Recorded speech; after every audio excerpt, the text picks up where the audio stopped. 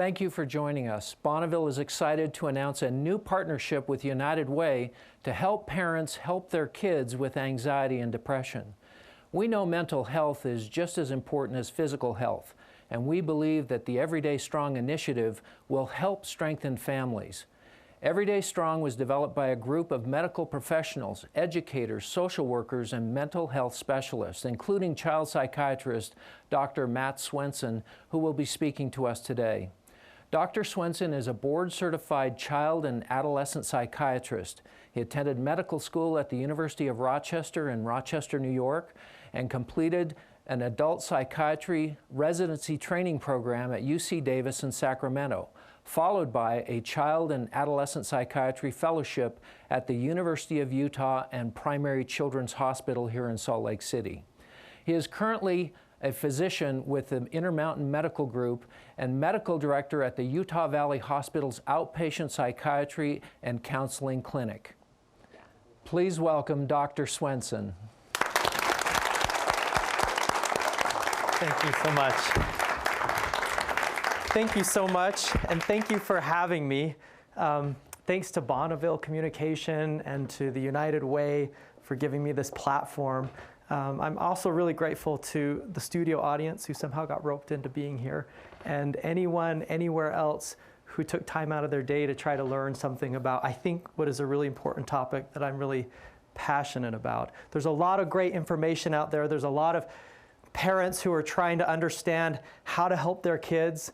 I know there's a lot of parenting books, and parents are exhausted by them because they come in and they say, Dr. Swenson, we've tried all the skills and we've read all the books, and they're exhausted. And I hope for any of those who have tuned in today, we can provide something that will be useful. I wanted to start actually with a little personal experience. This is actually in some ways for my benefit, because I have this terrible habit of reading articles online and in digital media. Someone will forward something to me, or I'll see something in the news, and I read it, and often it's really a wonderful and well-written piece, and I feel pretty good about having read it, but then I do this thing to myself that I don't really understand, nor does my good wife really understand. I read the comments at the end. Does anyone do that? I don't know why I'm compelled to read the comments, and I do, and then often, as I have come to expect, it sort of ruins the article for me, and then I'm reading, I'm feeling emotional. Well, you can imagine my inclination then when things are written about mental health, that people write about mental health or mental health problems in our society, and I read the comments, and it's just demoralizing. People apparently have a lot to say about what they think is the problem with our society, what they think causes mental health, anxiety, depression. You read things like, oh, I've heard that it's just kind of a fad for young people to have a therapist. It's now cool, and that's why they're all struggling. Or, of course, we have all of these problems with these parents who are so terrible, and the schools, and the genetically modified foods, and the way that we produce milk, or the allergens in the air, or the pollution, and the list will go on and on and on. And I just feel so discouraged. As a child psychiatrist, the number one question that I get asked, and it's through people finding me on Facebook, it's my neighbors, it's when I go to church, it's anywhere that I go, people say, and they're earnest, why are we having so much anxiety and depression? Why are the youth struggling? There's no shortage of articles or newspapers or news outlets that are reporting that we are seeing some increases in anxiety and depression and in youth suicide. Some of those people are very earnest, and they're looking at me waiting for an answer. Many of them already have a theory of some kind. And you probably can guess, the most common theory is cell phones and social media. They kind of think that this has to be the problem, that the youth have cell phones and it's destroying their brains, and we don't understand it, but it seems really scary. And they're trying to, I guess, get validation or have me agree with them. People have other excuses. People will talk about our school system. I'm probably forgetting others. People will talk about pressures from church organizations or political pressures, or, like I said, things in the environment or environmental toxins, the way that we raise kids these days, and parents take a lot of blame. the purpose of this presentation today is for me to take a stab at what I think is the problem and how I think we ought to be talking about mental health. And I'll tell you, it's not the way that we traditionally talk about it. And I know this because I read the comment sections. We're sort of missing something. And so what I'd like to do is introduce that. Let me start, if I can, by doing a thought experiment that I think is helpful for people.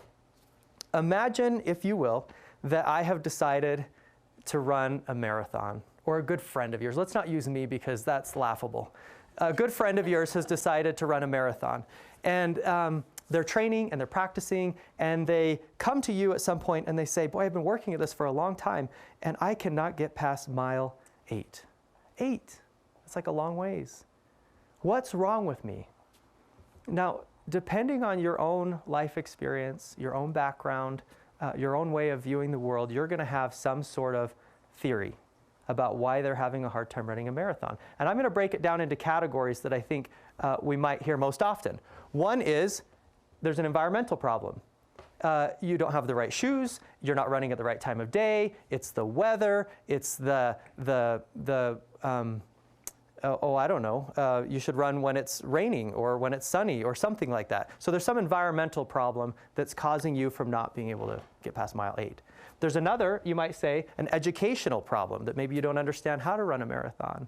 Or maybe there's some books that you could read. There's a real, I know this because my wife runs, there's a real training regimen that you have to follow and you have to figure this out. It could be a social problem that you need to run with friends. You need to hold yourself accountable. Get a peer support group. That's your problem. Other people will have biological, psychological. Biological, what do we say? Well, genetically, I mean, look at you. You might not ever run a marathon. Look, it's maybe not in the cards. Maybe you're not in good enough shape. Maybe you need to drink more water. You need better sleep. Psychological, you need to motivate yourself. When you get to that mile 8, here's what you should tell yourself. Here's how you push through. You have to get through the wall. Be self-motivated. Maybe even spiritual. Maybe a little more faith, a little more prayer. I don't know what a spiritual, maybe a little more mindfulness when you run. So this question, this is someone who can't run a marathon. Who is right? Why is your friend struggling to get past mile 8? Which of these? We don't know. We really don't know. And it's probably a little bit of all of them. And so let's talk about depression and anxiety. If I'm looking at a depressed child, is it biological? A lot of people will say, oh yeah, it runs in families, it's genetic. Other people will say, well, it's psychological. You know, they're just kind of not able to cope, and we need to teach them some more skills. People will go through all of these things. There's spiritual reasons, there's social reasons, there's a lot that contribute to anxiety and depression. And who's right? We don't know. It's all of that. Something as simple as running is multifactorial or variably determined. These are the words that we actually use in science and neuroscience when we talk about anxiety, depression, bipolar disorder, schizophrenia, OCD, whatever you want to talk about. We can look at genetics, we can look at biology, we can look at all of these markers, and at the end of the day, there is a lot that goes into the way somebody thinks, feels, and functions. And that's what we're doing with mental health and what we're looking at. In fact, if you really get into the nitty-gritty of science, and I used to do this in some presentations I was giving, and I got some feedback that I was putting people to sleep. But you can really get into some really fascinating research about the way that mirror neurons and interpersonal neurobiology affects your ability to relate to other people. You can get into how adverse childhood experiences in childhood affect your biology. You can talk about attachment research and how those early important loving relationships affect so much of your psychology and even your ability to relate with other people as you get older. The whole world of neuroscience right now that's blowing up tells us that when you try to make a designation between a biological or a psychological problem, that very inquiry, that question is bioillogical. It does not make sense. There are not biological problems and mental problems, and so we need to stop thinking that way. And it's not easy to get to the root cause of mental illness. And yet we do this, and you know, they're well-intentioned, and I'm not trying to be critical, but I want you to see how this happens, that in our society, we'll get a lot of motivated people together and we say, we're gonna do a decreasing the stigma campaign, and we're gonna really talk about mental health stigma. But have you noticed how all of those conversations and us trying to talk about, say, major depressive disorder, in a way, ends up trying to talk about what is major depressive disorder? And you have people saying, well, it's just like diabetes or heart disease or anything else. You have other people that have a different view. And then we end up going back and forth about saying, well, what is schizophrenia? And it turns out to not be very helpful. The other thing that we do is we teach people the signs, the warning signs. You know, we need to be more aware that people are struggling with depression and anxiety. And do I want people to be more aware of the people around them? To be more sensitive and more thoughtful and more helpful? Yes. But often what happens is we leave a lot of people thinking, oh my gosh, I need a therapist. I need to find somebody. I have that, or you have that. You need to find somebody. And if anybody has ever spent any time trying to get mental health treatment and figuring out how to navigate a therapist versus a clinical social worker versus a psychiatrist, how do I find help and where do I go? It's complicated. And so what I would like to do today is to talk about mental illness in a way that ignores, because I think we should, causation, and in a way that empowers us, one another, the natural support and caring systems, to take care of one another so that we don't all go running to professional help, which I don't think we always need. So this is not about me getting referrals. Don't ask. Most mental health people are overrun, and we're really booked out, and it's really hard to get in, and anyone who's ever tried knows that. So let's try to look at the problem differently. Okay, what does different look like? It turns out there's a new, I like saying this, there's a new but not so new way to think about mental illness. How many have heard of Maslow's hierarchy of needs? It's been around forever, right? Everybody's raising their hand. This is something that's on a poster in the back of a classroom somewhere, and you sort of look at it, you talk about it for a minute, you think, you know, that's really wonderful. It adds maybe to the aesthetic of the psychology classroom, and then we move on. And now I'm 10 years into being a psychiatrist, and I use that increasingly in my own clinical practice. It's this little gem. When you see the most complicated cases, the most difficult situations, and believe me, I see difficult situations, I go back to Maslow. So Maslow had this great thought. He said, you know, sometimes we focus so much on behavior and how do we motivate behavior. It appears to me that people are motivated. People want to be good. People want to, what he said, self-actualize, if only we create the right kind of environment for them to do that in.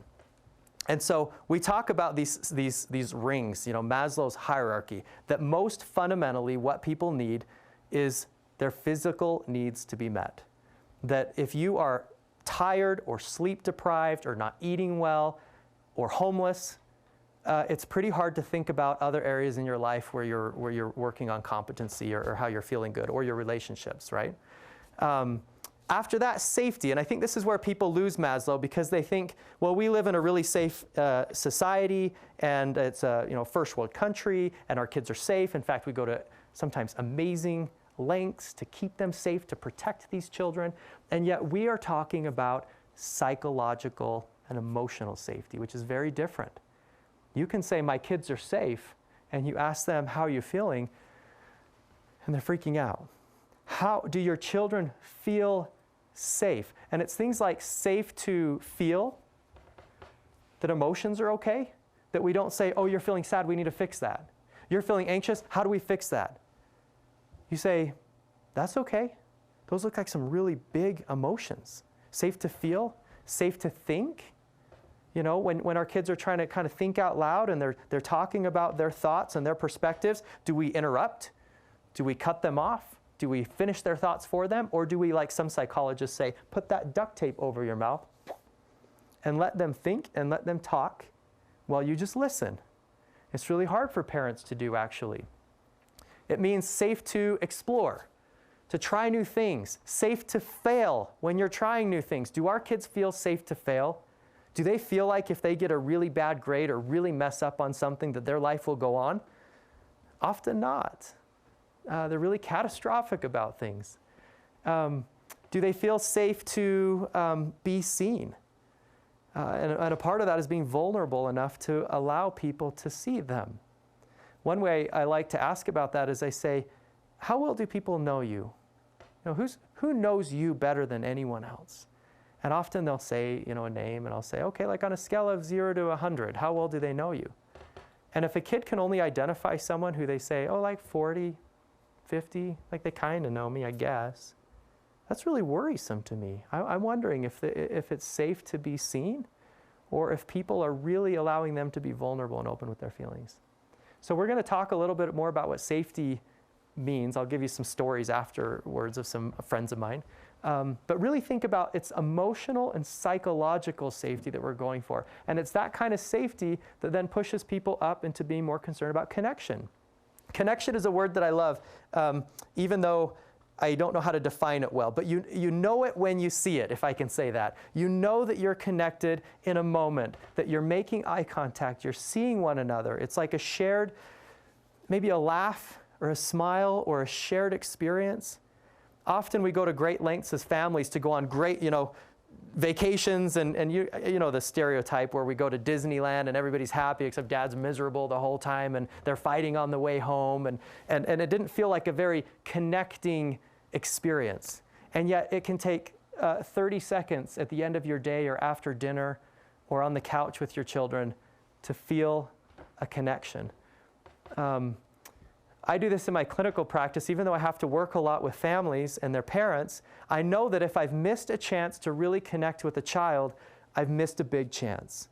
And sometimes, in funny ways, they remind me of this. I just a few weeks ago, I was talking with a mom for a long time, and the kid was kind of in the back of my office coloring me a picture. And I was going to check in at some point, but we just got talking and talking and talking. And eventually this little 6-year-old walks up with this little picture, and he hands it to me. And I look at it, and it's a picture of me. It's actually a wonderful likeness. And I think, well, this is, my first thought is, oh, he's really impressed with me drawing pictures of me over there. And I look, and there's this little bubble above where your words are, being spoken, and it says blah, blah, blah, blah.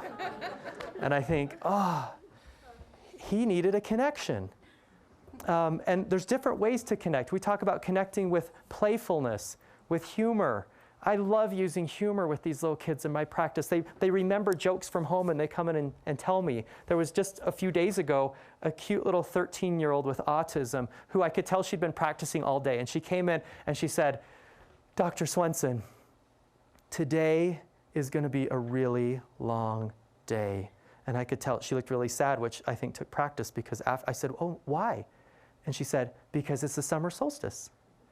And she was so proud of herself for have done this joke, but and her mom says she's been waiting and practicing for hours to tell you that joke. But that's a connection. That I laughed, she left, and she's going to continue to think about how that went, and I'm going to continue to hold her in my heart for the rest of the day. Little things like that. The play therapists are fond of saying things like, you should never talk in a normal voice when you can talk in a silly voice. And you should never walk when you could skip. And you should never stand when you can fall down. Because silliness gets you a lot of connection with kids, even teenagers. Do you know teenagers walk around most of their day worrying that they're the dumb person in the room, that they're the silly one? And if you as an adult will just embrace that role, even though they will roll their eyes at you, there's a little part inside of them that's thinking, oh, at least it's not me, it's them. And it makes them feel a little comfortable. So don't be afraid to lose your dignity to find your child, as they say. A little bit of playfulness, look for opportunities to connect. And if you're struggling with connection, if you're having a hard time, connecting, sometimes the best thing you can say is that. I want to connect with you, but I'm struggling. Parents want to know what to say. Sometimes you just say, I don't know what to say. Some kids are pretty prickly. I think it'd be funny if parents, tried on their teenagers' shirts or pants when they came home from school one day and they were walking around the house in their clothes saying, well, I just wanted to feel a little closer to you today. So I was just wearing your clothes. Or maybe when you're done chewing that gum, I could have it and chew it for a little while so we feel a little closer. You can play around with ways to connect, but you have to insist on it. Don't give up. And you know it when you see it. And then confidence. And then we get to that rung that everybody's most interested in, which is confidence or competence, right? We want our kids to feel good about doing things, but we also want them to be good at doing things. And boy, we spend a lot of time thinking about how do we do this, and are you doing this, and how are your grades, and how are you doing in sports, and are you practicing? Have you learned how to clean your room and to do all these things? And that's important. But the best way to build confidence or competence is to care for these other basic needs. And then as you get up to that higher level and you're thinking about how do I really build confidence after I've made it safe and I've connected, it's often like just expressing confidence. It's often like just saying, you got this. You're great. Give yourself a break. Be patient. Boy, teenagers love hearing that. And we'll talk a little bit more about how that can play out. But all of these things that we think that we're doing and teaching our children, you know, it's like we give them the 1,000th lecture on the same topic, and we think we're helping them be more competent and make better decisions. And by the time our kids are 12 or 13, they're rolling their eyes because they already know everything that you think and feel and believe. And you're just telling it to them again. And so often, just kind of, sometimes I give this roller coaster analogy, like you're sitting next to them thinking, we're in this together. I don't know how to solve this problem. You sure got a lot of stuff ahead of you, but let's do it. Let's do it. And let's not, as parents who have more life experience, let our anxiety become theirs. We know that sometimes life doesn't go like we planned when we were in high school, right? Did anybody's life go like you planned when you were in high school? And yet we look at these kids in high school and say, what's your plan? You got to have a plan. We could be a little more patient with them. So this is Maslow's hierarchy, and the idea is that we will self-actualize, that if people get to this point, if we're working on caring for these needs, they will thrive, okay? So the way that we think about this at the United Way is that this is a lens. This is not a program. It's not a special way of like going home and doing some kind of new behavioral strategy. It's a lens. It's a way of seeing the world and seeing other people and thinking about even big problems like depression and anxiety and looking through this lens so we don't look at people and immediately try to fix things. There are some implications for this lens that a lot of people don't appreciate. Like at this point you might be thinking, well, all sounds kind of obvious. But here's some really powerful things I think to digest. Number one, if you buy into this hierarchy, you have to start believing that people want to be good and to do good. They want to, okay? Let that sink in. Because out the window then is all of these things I hear in my office, that this child is lazy, manipulative, they're just not trying. I don't know what to tell you, Dr. Swenson, he's just lazy. He just doesn't seem to care. That is out the window. Because if a kid is not doing well, if a person is not doing well, if you believe this, it's because there's something getting in the way. You don't have to find ways to motivate them or look at people as if they're not motivated. Even that kid living in the basement who just plays Xbox all the time, and parents come in and they're like, I'm so worried about him because he's just living in the basement, he's not sleeping well, he doesn't want to do anything with his life, it doesn't seem like he has any goals. It's amazing because I'll get him alone and I'll say something like, on a scale of 0 to 10, how much do you want to be successful? And how much do you want to have a good relationship with your parents? And guess what they say? 10, 9. And their parents, pass out on my floor. They can't even believe it. And they say, well, what are you doing?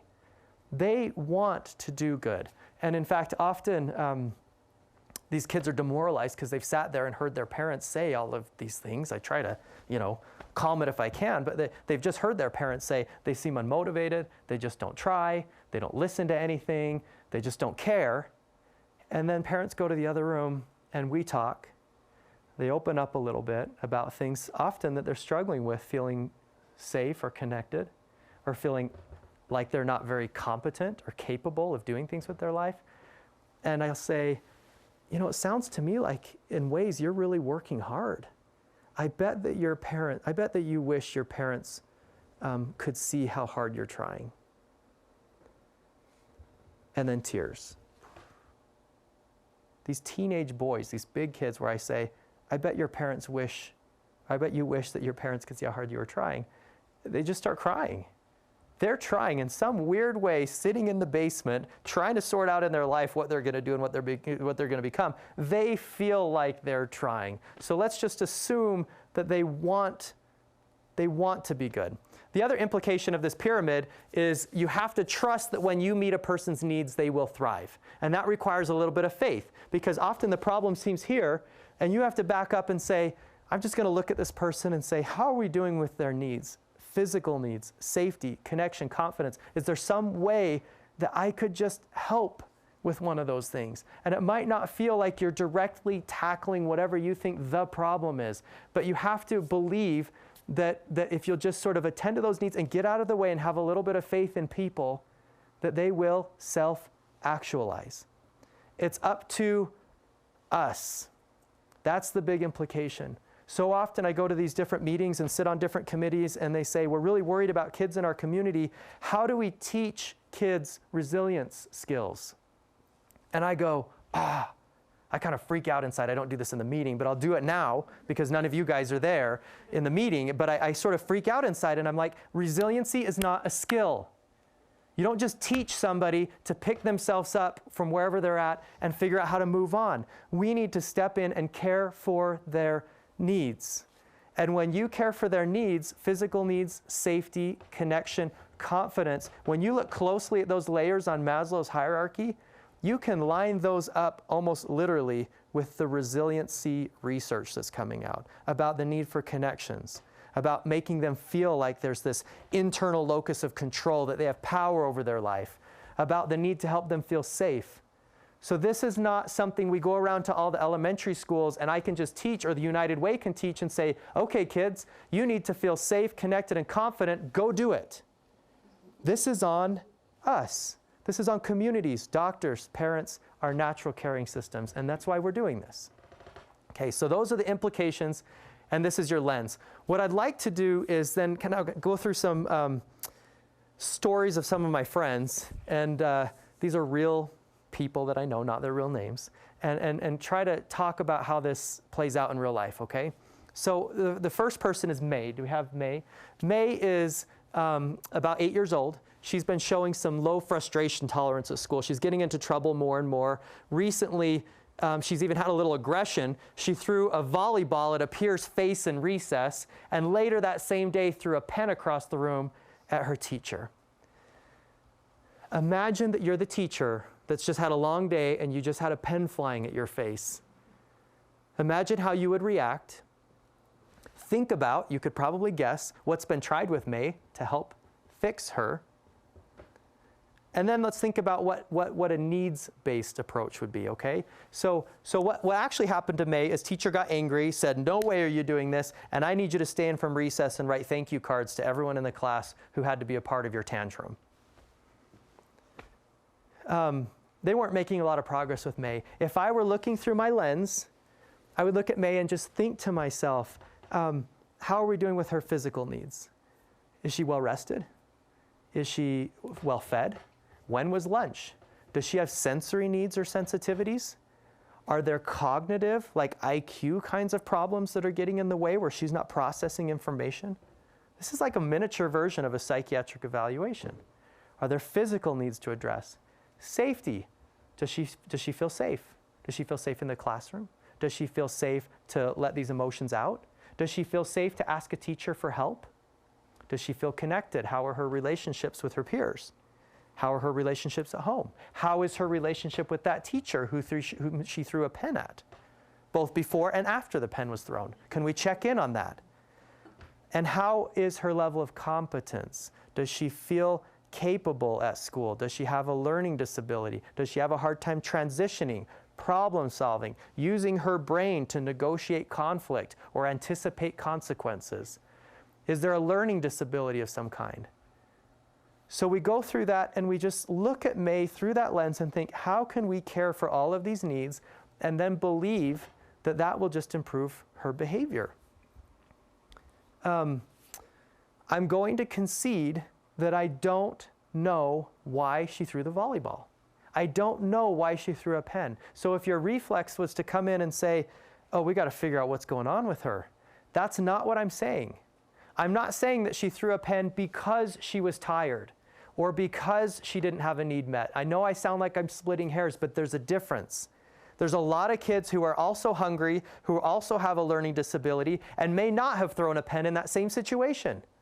It's just not that obvious. There's probably a lot that went into her tantrum. But what we can do is come in and try to address her needs. And as adults, not feel like she should have to have consequences necessarily. Now, if you broke a rule, I'm not against consequences, but we come in so heavy-handed with punishment sometimes. These kids are stuck. There's some need that's not being met, and can we as adults have what I like to call the emotional generosity to say, I'm going to help you get unstuck. Let's look at this again. Let's get you a snack. Let me help you feel safe talking to me, and let's see if we can kind of move forward. It's so easy when kids are mean, and I know this because I have a 5-year-old who sometimes drives me crazy. It's so hard when they've had a really difficult day. They're deliberately being mean to people. They're causing, a mess at home or a mess in the classroom. It's so easy for you to even know that at some point they're going to turn around. In your adult brain, you're like, at some point they're going to snap out of this and feel bad that they lost all of their privileges, right? You know that that's going to happen. And yet we keep still saying, and then tomorrow, and now you've just lost another week, and we keep doling them out. Rather than saying, you made your bed, now sleep in it, can we have the emotional generosity to help our kids out of that stuck situation when they're just spiraling out of control? By looking at their needs and staying away from some of the traditional ways of being heavy-handed and talking about consequences. So let's talk about Julia, if that's okay. Julia is a 17-year-old whose behavior has been increasingly difficult for her parents to manage, is the way that they described it. She refuses to follow rules, is falling behind in her classes. She doesn't attend church with the family. Her dress is, as they said it, increasingly inappropriate. And the family relationships are tense. You can feel it in the room. Okay, this is a quiz. What should you do for Julia? Number 1, take away your cell phone. Keep these in mind. Number 2, limit access to friends. So you ground her. 3, you could work on a communication style that feels safer for Julia to express concerns about family values or religious expectations. Or 4, you could offer bigger and better rewards to try to motivate her to get better grades and to go to church with the family. Okay? So what do you guys think? This is a quiz. In the studio, you have to help me. So cell phone, grounded, safer communication, or rewards and consequences? You're good test takers. 3. So I want to make it obvious that safer communication, if the family relationship is tense, if they don't know how to communicate, if clearly she has some feelings about the family rules and expectations, but it's becoming more of a power struggle to make sure she lives those, clearly there's something about safety that is probably also undermining their connections and undermining her sense of confidence. But what are the top 3 things that people do for Julia? The other ones, right? You take away your cell phone. The second you get mad, it's like a reflex for parents. Give me your cell phone. So you take away the cell phone, you're grounded from your friends. Now, if you're thinking of Maslow's hierarchy, that pyramid, you have just swiped like a rug that connection piece, haven't you, for a teenager who feels connected through her cell phone and through her friends. And I'm not saying you can't take away phones, right? I'm not saying that. I'm saying if that is your go-to strategy, if your plan for helping her be more productive, more competent, more capable in school is by swiping that level right underneath her relationships, her connections, and ruining your relationship with her at the same time, it's just not going to work.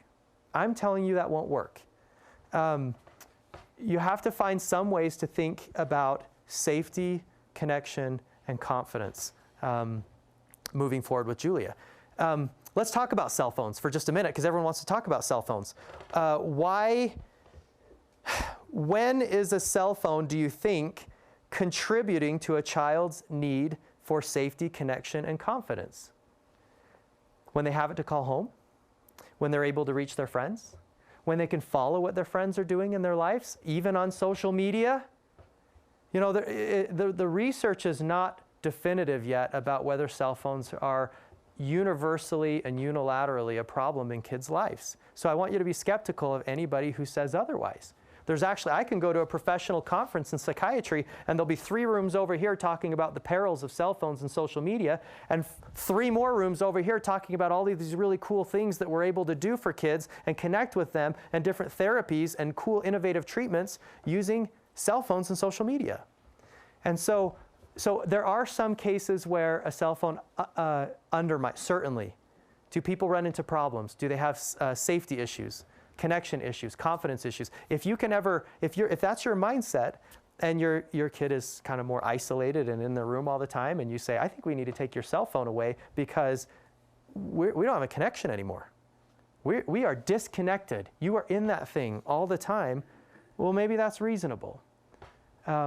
So I just want to say, you know, cell phones and social media, let's not throw the baby out with the bathwater. I think if we're putting all of our parenting strategy, if that's our intention, is to figure out how to manage their cell phone, and we're using that to try to convince our kids or to try to motivate them to be successful, it's going to be short-term and short-lived. It's just not going to last a long time. Okay. Do I want to say anything else about Julia? Let's move on to one other. Let's talk about Nathan. I think we have Nathan left. I get kind of emotional thinking about these kids because I can see their faces and I can see their parents. But Nathan is this really lovable, maybe I shouldn't say that, for me he was lovable teen who came in one day and announced his intention to drop out of school. He didn't see any path to graduation. He said, I can't move forward. I have too many absences. I'm too far behind in my classes. The school administrators weren't really working well with him. They say he's running off and smoking marijuana with classmates, and there's nothing we can do for that. And so Nathan came in, and I kind of went into my pyramid mode. And I was thinking, okay, well, it sounds like he just doesn't do well in school, but let's start at the bottom. And I said, well, how are you sleeping? Not very well, actually. So we talked about that. Are you eating well? I've gained 10 pounds in the last 6 months. Getting anything for exercise? No. And so we kind of start processing, and I say, you know, maybe we could work on some of these things, get a little more sunshine. And he's kind of still got his head down. And I said, I really want to know how you're feeling about dropping out of high school. Can we talk about that? And we continued to talk, and I think I was doing my very best. All I was thinking in my mind is, how do I be safe? How do I not judge him? How do I not fix this? How do we sort of figure out how to collaborate? And at some point, Nathan started just crying, and I had no idea why. These tears. And he said, Dr. Swenson, for the last 2 weeks, I've driven to school. I've sat in my car in the parking lot for 6 hours, and then I've driven home because he was too anxious to face the school administrators, too overwhelmed to talk to his parents or to drop out. He was devastated. And I felt so grateful to be the first person he told that to. I thanked him. And we made a lot of progress after that, moving him forward, talking about his relationships, and then putting together a plan for school, which he did go back and he did graduate. But he just needed a safe place. He needed a safe place to talk.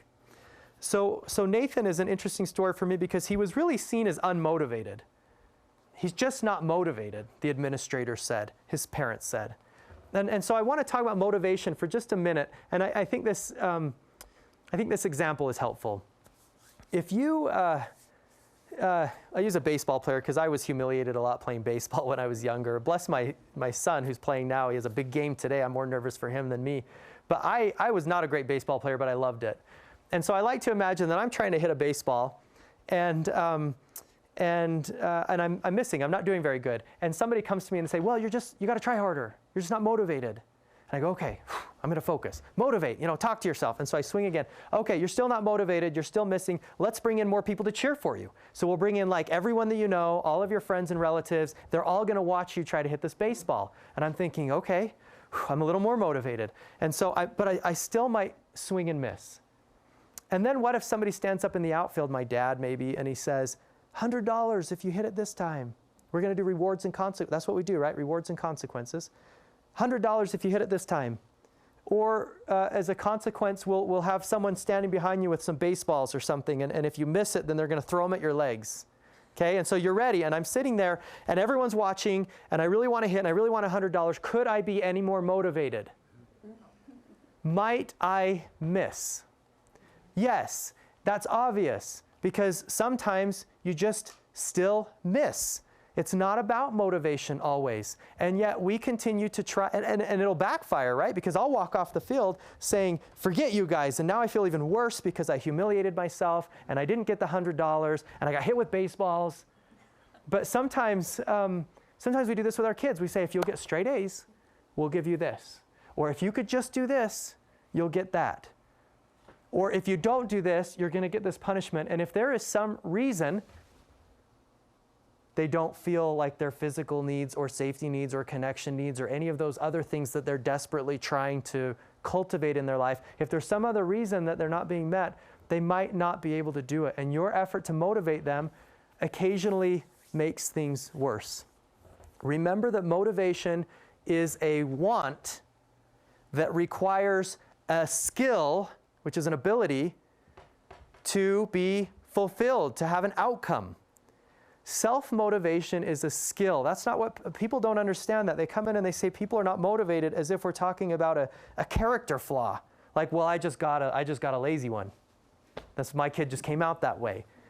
And we don't appreciate that when you have to do something that you don't want to do, maybe like sitting in a meeting or spending an afternoon listening to a talk, you have to say to yourself, okay, this is important.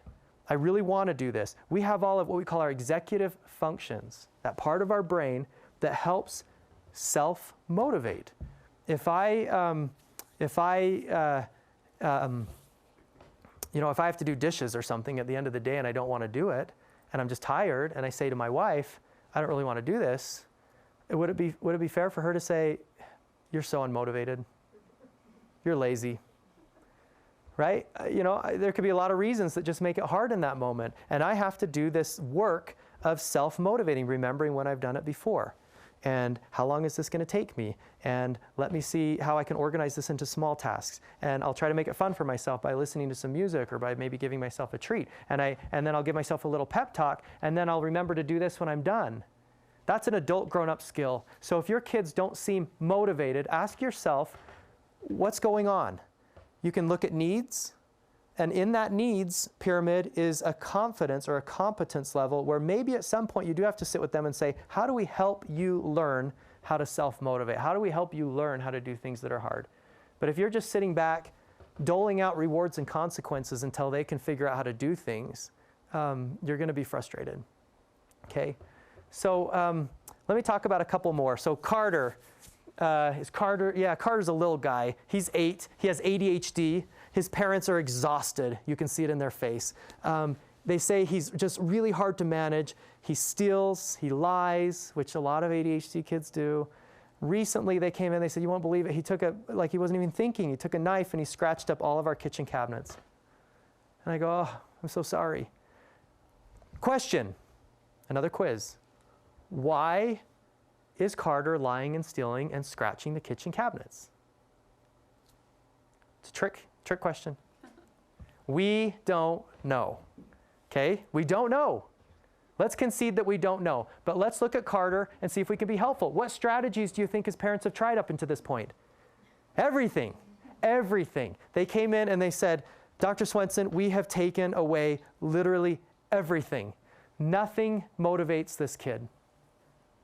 Like, he was sleeping on a mattress in his room. They'd cleared it out.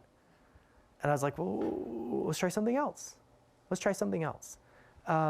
So how do we help Carter? So you look at your needs pyramid, and you look at the bottom, and you say, how often is he sleeping? How is he eating? You go through the same thing, just like I do with my 5-year-old. Before I start doling out a lot of discipline at 8 o'clock at night, I go, we just have to get you to bed.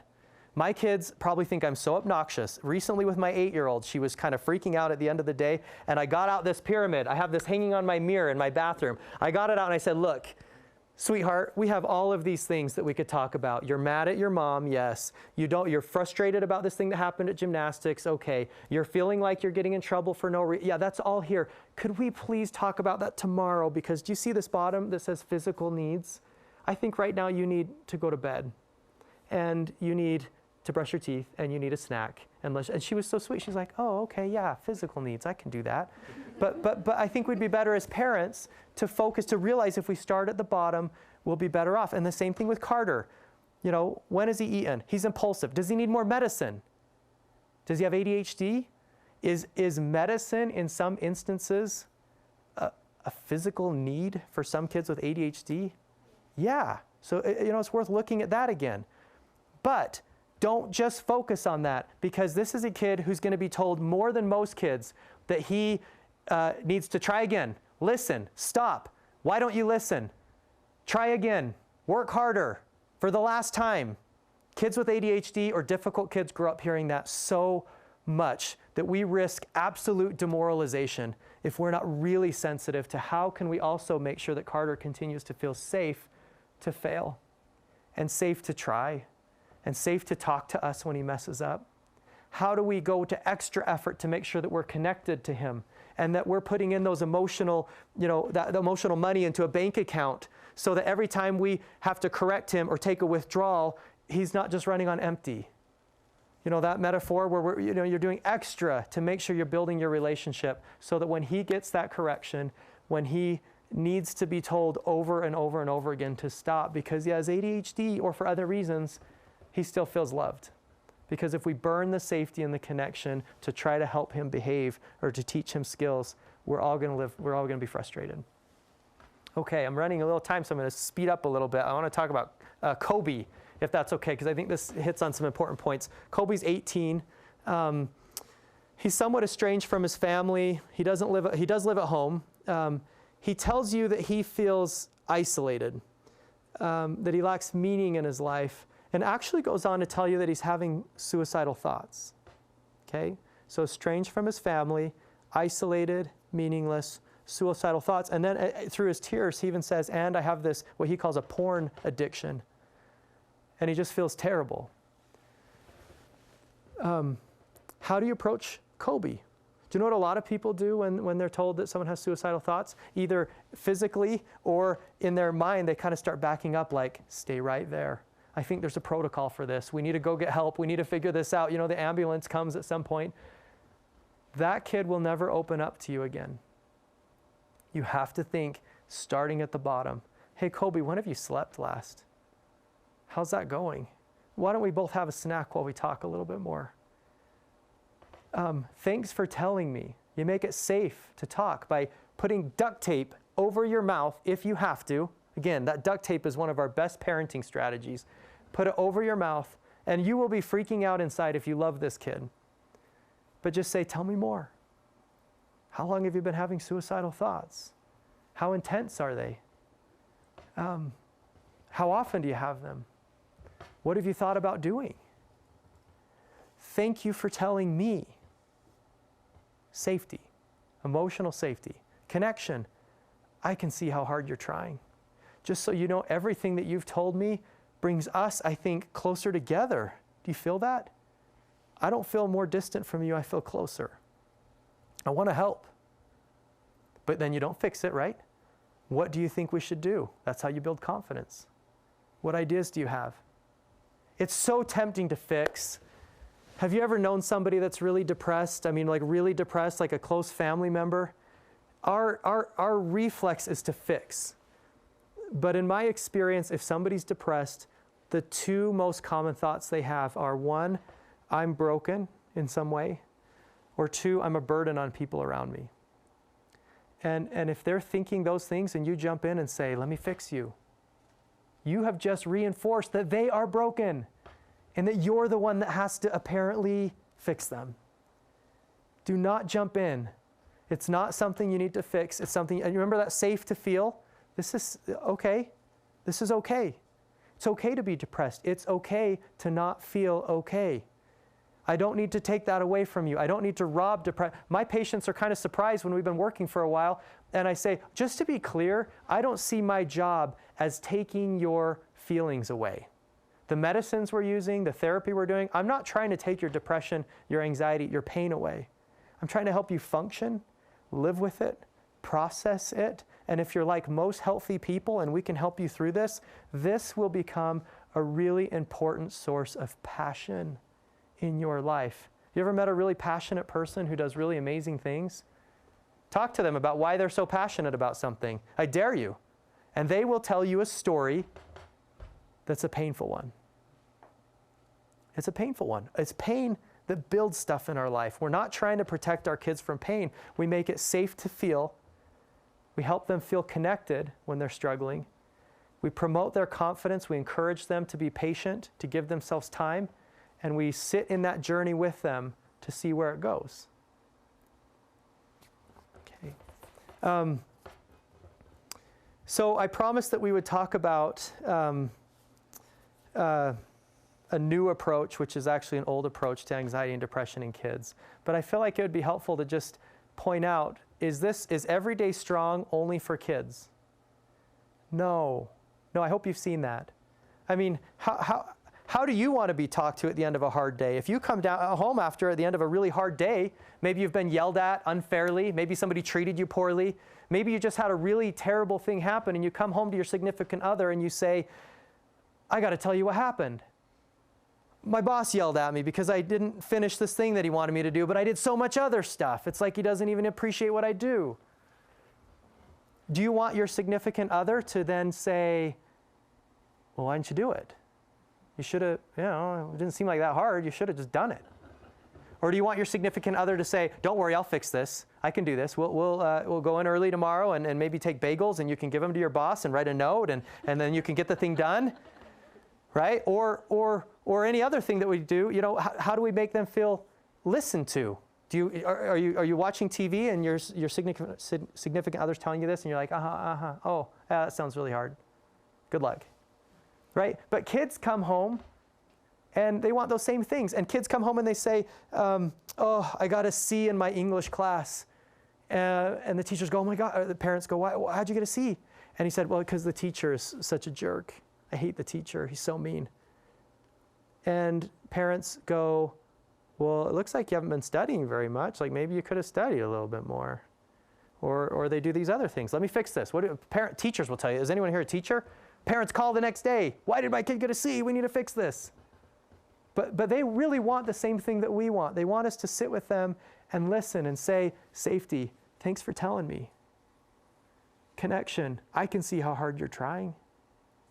Confidence, what are you going to do? What thoughts do you have? And guess what? Your kids will solve their own problems. It's amazing. You support those needs and they'll say, just like you would, oh, it's fine. Thanks for listening. I feel a little better. I'm sure I can figure it out. It's no big deal. They'll do that. It'll be amazing. And so adult relationships, what would it mean to have this, to make your marriage safe, connected, confident? What would a workplace look like if it was safer for people to talk, to share their ideas, to not feel like they were going to be in the minority or be shot down? What about school problems? What would it look like in school with typically developing kids to have school accommodations or school programs, or to have a primary teaching strategy be, how am I going to help my students feel safe and connected? As a teacher at the beginning of the year, would you say, hey, just so you know, if you're ever struggling with anxiety or stress or not sleeping well, or you feel like you're really getting behind in my class, will you let me know? Will you come talk to me because I want to know? That's such an easy thing that would create safety, I know, for the kids in my office who are struggling and don't want to talk to the teacher, even though they're a great person. But I say, why don't you go talk to your teacher? And the kids say, they wouldn't care. What would a 504 plan, do you know what that is, or an IEP be like? When rather than just saying, okay, the confidence rung, competence, we need to help your child do this or do that or be better at staying in their seat or learning math. What would it be like if you said, how do we make sure that we're attending to all of these needs? Even in medical settings, pediatricians, Rather than just saying, here's what diabetes is and here's how you take care of it. What if we made it safe for them to talk about how sucky it is to have diabetes and to have to give yourself shots all the time? What if we made it safe to be emotional and frustrated and angry about it? I always feel really sad when you see families that are struggling with chronic, specifically I'm thinking end of life stuff. Has anyone ever had someone with a terminal diagnosis in their family? You'll know this if you have. The family gets hyper-focused on that physical need, fixated on it. When's your next doctor's appointment? What do the blood labs show? How are you feeling? Do you have energy? Are you taking your pills? We get fixated on it. It's like our coping strategy, and we don't take enough time to say, can we talk about in a safe way how we feel that you could be dying? Can we use this opportunity to love one another and to connect? Postpartum depression. You see that? Oh, it's postpartum, it's biological, it's hormonal. You just got to get on a medicine. Can we make it safe for moms to say, I don't feel like I'm a good mom. I always dreamed I would be. I feel like I'm inadequate. I feel like I hate my baby. Can you make it safe to say that? And then come in and connect? What about decisions about professional help? If you're thinking about a framework, people want to know, how do I find a therapist? What's therapy supposed to be? Therapy is supposed to be this: safety, connection, confidence. That's what, if you go to a therapist, you could have an agenda. You could say, boy, this kid just doesn't open up. He doesn't talk. I feel like it must not feel safe for them, or we don't know how to make it safe. I just don't know what's going on. And that's what we need therapy for. Rather than doing what a lot of people helplessly do, which is you take your kid to a mental health professional, sit in the waiting room and cross your fingers and hope that this is what they need. And you have no idea. But you can collaborate with a therapist and say, this is what we're working on, our relationship, or some skills specifically. And boy, where are skills? I want to say this again. At the top, we start with skills. You think you go to therapy to learn skills? You think you go into a mental health hospital to learn skills? Maybe eventually, but if a therapist starts a session by saying, okay, here's 40 things that you can do to make yourself feel better when you're not feeling well, and I don't really have a relationship with that person, I'm not going to do it. It's like my neighbor that comes, if I don't like my neighbor and they say, hey, will you help us move this afternoon? And I'm like, no, I don't know you or like you. Maybe I'm just that way. but if I like the person, I'm going to try to move heaven and earth to help. And so you got to start with the relationship. So it helps us know. I want to say something about medicines. When are medicines appropriate for people that are struggling? Think of the cell phone. Are there some instances when medicines help kids feel more comfortable in their own skin, a little safer, able to explore a little bit more, to push themselves, to do what we call comfort challenges, or calms the anxiety or the depression enough that they can open up a little bit more and grow and improve their relationships, their sense of confidence? Yes. Yes. And if medicines are doing that, great, run with it. That is so much more important for them to be having that experience than even the minorest things that we think about in terms of side effects and the biology, and I'm worried about this or that. If it's clearly helping your child feel safer, more connected and confident, that's a win. Are there some kids, though, who even though I think the medicine is helping, they come in and they say, I just feel so dumb taking it. It makes me feel bad about myself. I look at that pill every day and I feel worse, like I'm broken. Even if a medicine might be biologically useful, do I want to continue it in that kid? Not necessarily. So even with medicines, your strategy is safety, connection, and confidence. I think the purpose of Everyday Strong, if I can sort of wrap up a little bit, is a few things. One, I hope that people will spread the word and help us change the dialogue about mental health. That it is not helpful to find blame, to point to certain problems in society, or to pretend that if we could just take cell phones away, we would go back to some sort of blissful utopia that never actually existed. It's not helpful to try to define often what mental health is or isn't. You have this kind of depression, or you just have sadness. I have major depression. I have anxiety. I've gotten to the point where I honestly don't even know what those words mean. If I have a patient that comes into me and says, well, I have anxiety, I say, okay, tell me more. What does that mean for you? Does that mean that you're painfully shy? Could you use a word that's a little more vulnerable? Does that mean that your mind starts racing and you feel like you're going to die? Does that mean you can't go certain places without feeling foolish or invisible or that people are judging you? You know, so we use these clinical terms even in our world, and they're increasingly used by lay people. And I think it's not helpful to use the terms or to talk about what mental illness is or is not. It is helpful to say, what do people need? How can we help them support those needs? How can we care for one another's needs? And I hope in doing that we feel more empowered. Who's the most important person to meet the needs of a child? Is it me? With all of my training and experience, am I going to be the best person to help meet their need to feel safe and connected? I hope not. I hope there's others. I hope there's a teacher or a coach or parents. So you can do more than you think. The other thing that I hope will come from this, other than empowering people and changing the way we talk about mental health, I hope that anyone listening to this will feel motivated to go have an experience, to just try. Try this. Go home today and just focus on maybe safety or connection in your relationships. Go home and even imagine something as silly as putting duct tape over your mouth when you're talking to children, and just try listening. I can't tell you how many parents have come back to me, or text messages or phone calls I get, and they say, thank you so much. I just imagined listening and making it safe for her to say whatever she could, and I just had the best conversation I've ever had with my daughter. I stopped being so hard even on my significant other because I realized they just weren't getting good sleep. You know, my blessed wife who's here likes to say that the worst marriage advice that she ever got was never go to bed angry. Because she said, it turns out when I'm angry, the most important need I have is to sleep. And she has to go through that a lot with me.